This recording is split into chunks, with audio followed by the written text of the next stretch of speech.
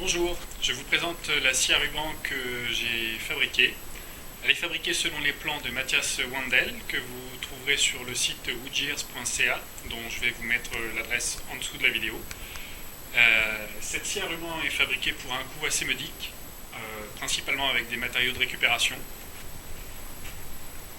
J'ai fabriqué le cadre à partir de sapins en lamellé collé. Donc on peut constater qu'il y a plusieurs couches de sapins qui sont collées les unes par-dessus les autres. Le cadre fait une épaisseur globale environ de une douzaine de centimètres. Cette scie donc m'est revenue à un peu moins d'une centaine d'euros. Elle est motorisée par un ancien moteur de coupe carrelage d'une machine électrique donc qui fait 500 watts, qui tourne à 3000 tours minute. Les volants sont d'un diamètre de 40 cm. Le volant du bas est entraîné par la courroie qui est prise en direct sur le moteur. Les volants sont fabriqués donc en contreplaqué. Ils font une épaisseur à la base donc de 3 cm et présentent un petit sommet au milieu de manière à ce que la lame se centre automatiquement pendant que les volants tournent en nécessitant un minimum d'ajustement.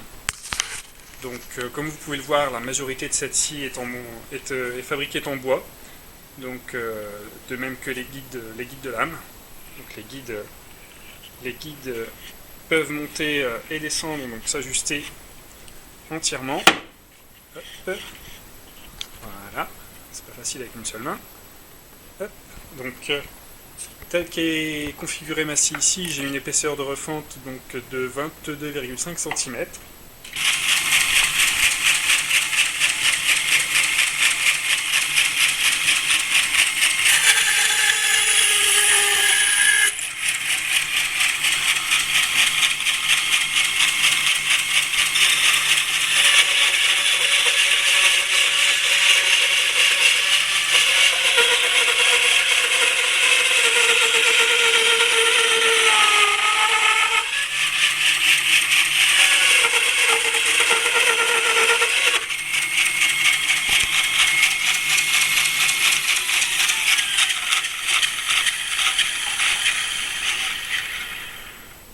Alors, la scie a un bruit un petit peu irrégulier parce que ma lame est légèrement voilée. J'ai coincé une pièce de bois dedans l'autre jour et je n'ai pas réussi à la redresser correctement.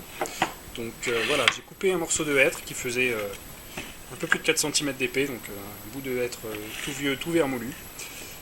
Donc vous voyez que pour couper dans l'épaisseur autant que dans la largeur du bois, c'est assez facile avec cette lame pourtant qui n'est pas prévue pour refendre, qui est une lame de 10 mm avec une dentition de 6 dents par pouce. Donc voilà un premier aperçu des capacités de cette machine. Globalement, j'ai pas acheté grand chose, hein. J'ai acheté des chambres à air pour faire la garniture des volants. Un petit peu de contreplaqué parce que je manquais de contreplaqué dans mes chutes. Que dire de plus? Donc le cadre est fait en sapin, voilà, comme je l'ai déjà dit. En sapin déclassé, donc du parquet qui était vendu à 6,95 € le mètre carré. Il m'a fallu à peu près 3 mètres carrés pour réaliser le cadre, plus quelques petites chutes de bois dur à gauche et à droite pour réaliser par exemple les supports de guide de lame, les poignées qui sont ici, mais voilà, pas très belles, mais qui sont efficaces.